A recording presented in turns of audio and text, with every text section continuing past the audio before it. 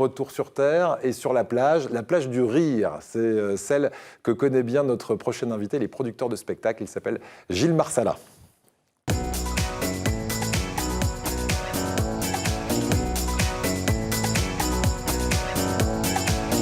Bonjour Gilles. Bonjour Eric, bonjour à tous. Merci d'être avec nous. Alors tout d'abord votre actualité, puis après on va parler de beaucoup d'autres choses, parce que Gilles est par exemple un producteur de spectacles niçois qui exporte l'image de Nice, mais au-delà de nos grands chanteurs comme Édith Piaf, Charles Aznavour et bien d'autres, dans le monde entier. Il tourne des spectacles en Chine, au Canada, aux États-Unis. Voilà, vous connaissiez les soirées blanches d'un certain Eddie Barclay. Prochainement, ce seront les soirées blanches de Gilles Marsala. Alors l'actualité, c'est aussi un festival d'humour qui va se dérouler au mois d'août à Nice, les Plages du Rire. Ça existe depuis 8 ans, c'est la 8e édition? Oui, c'est la 8e édition. Maintenant, ça se déroule toute l'année. Ouais. Il y a beaucoup de dates qui se font un petit peu dans toutes les salles de département, dans le Var et dans le 13. Et puis, on a un point d'orgue du festival qui se déroule au Théâtre de Verdure de Nice, 7, 8 et 9 août. Et voilà, c'est un super festival que j'engage tout le monde à venir voir. Voilà, alors on va avoir l'affiche qui est juste derrière vous. Élodie Pou, Laura Lone, Laurent Barra, donc les trois têtes d'affiche de ce festival. Ce sera donc à partir du 7 et jusqu'au 9 août. Ça se passe au Théâtre de Verdure de Nice.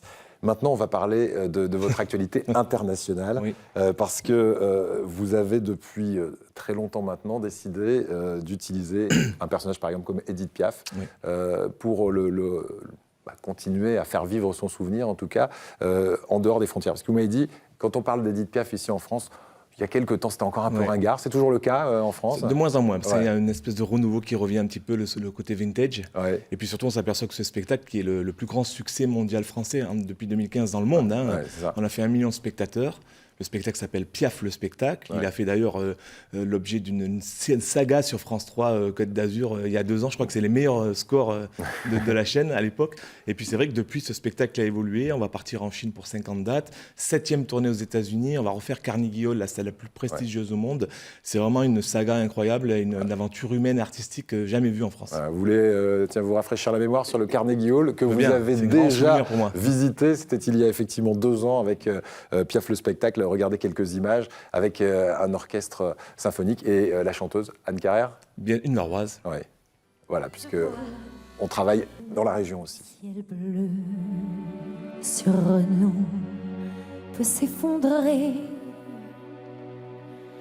et la terre peut bien s'écrouler. Peu m'importe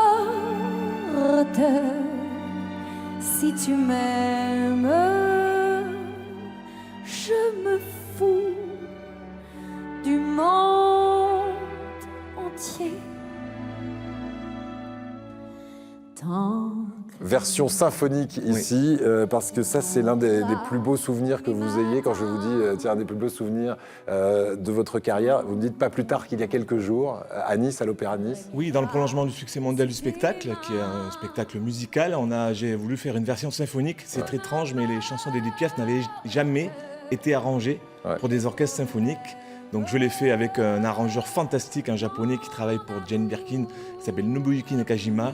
Il a fait un travail extraordinaire sur les arrangements et sur le spectacle. C'est un spectacle qui va tourner dans le monde entier, dans toutes les plus grandes salles classiques du monde entier. Voilà, par exemple, il y a d'autres spectacles que vous allez tourner, puisqu'il y a 5 spectacles sur le patrimoine musical, c'est comme ça que vous les appelez, qui tournent dans le monde actuellement. Paris le spectacle, ça raconte quoi Paris le spectacle? C'est une histoire d'amour que j'ai racontée avec les grandes chansons françaises du XXe siècle. Ça part aux États-Unis, au Canada en tournée pour la 2e fois déjà au mois d'octobre. On a Formidable Aznavour. J'ai eu la chance et l'honneur de travailler pendant 2 ans avec Charles Aznavour lui-même sur le travail. Il avait adoré le travail que j'ai fait sur Piaf le spectacle et l'univers de Piaf. Il m'a donné l'autorisation de travailler sur un spectacle célébrant sa carrière.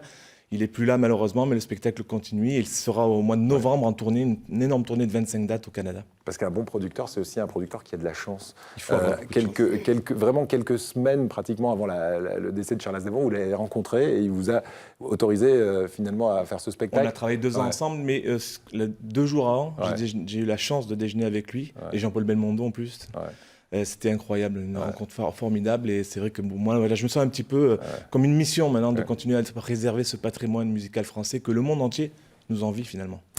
Alors, au-delà de ces grands spectacles qui vraiment partent partout, au Mexique, en Chine et ailleurs, il y a aussi des spectacles que vous faites spécialement pour notre région. Par exemple, vous allez faire venir le cirque canadien Éloise.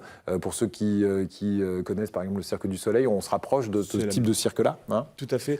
C'est vrai que je suis beaucoup à l'international avec ces spectacles sur le patrimoine, mais je souhaite aussi continuer à créer, à produire des événements dans la région du sud, de l'est de la France. Là, pour la première fois, c'est un événement, on fait venir le cirque Éloise du Canada, qui est effectivement l'équivalent du Cirque du Soleil, et pour un spectacle qui s'annonce incroyable, qui s'appelle Saloon. Voilà. Autre grand festival, les Nuits Guitare de Beaulieu-sur-Mer. Ça, c'est du 25 au 27 juillet, parce qu'on prend quelques infos pour les vacances d'été. Hein, si vous voulez aller sur la Côte d'Azur, il y a de quoi faire niveau musical. On a rien que Kassav, Kezia Jones, les Jacksons. Les frères Jackson. On vient de fêter malheureusement le 10e anniversaire de la mort de Michael Jackson. Ses frères seront là le 27 juillet aux Nuits Guitare de Beaulieu-sur-Mer, qui est un festival que j'adore vraiment. Ça me rappelle un petit peu le jazz à Cimiez dans les grandes époques, quand on était au Jardin de Cimiez. Et là, on le retrouve un petit peu dans une livrée centenaire, un lieu magique. Et là, il y a des artistes fantastiques, un festival qui vraiment vaut le détour. Oui, Déborah, vous connaissez les Jardins de Cimiez? Oui.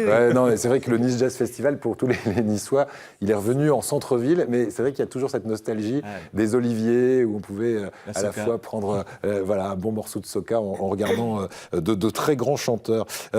Si je vous demande votre plus grand bonheur, et je reviens sur Nice et l'opéra, quand vous étiez à l'opéra, vous aviez un petit frisson la semaine dernière parce que vous y étiez quand vous étiez gamin dans cet opéra. Moi j'ai toujours rêvé de faire quelque chose à l'opéra, et quand j'étais jeune, et je suis allé au poulailler. Ce qu'on appelle le poulailler, c'est tout en haut de l'opéra, là où on voit rien, on ne fait qu'écouter. Là c'est moins cher aussi. Voilà, et c'était pas cher aussi à l'époque, et j'écoutais les opéras et je me disais un jour j'irai produire un spectacle sur cette même scène. Vraiment j'ai eu de la chance parce que je l'ai fait en coproduction avec l'opéra qui m'a fait confiance. Et voilà, on va essayer de continuer à travailler là-dessus avec eux, parce que je pense que ce projet aussi de Piaf Saint-Ménic était intéressant parce qu'il ouvrait un petit peu, sur la musique populaire, les opéras qui sont un petit peu fermés des fois, et là on s'ouvre un petit peu, c'est une rencontre entre la musique populaire et la grande musique. Absolument. Merci beaucoup d'être venu avec nous. Merci de votre accueil.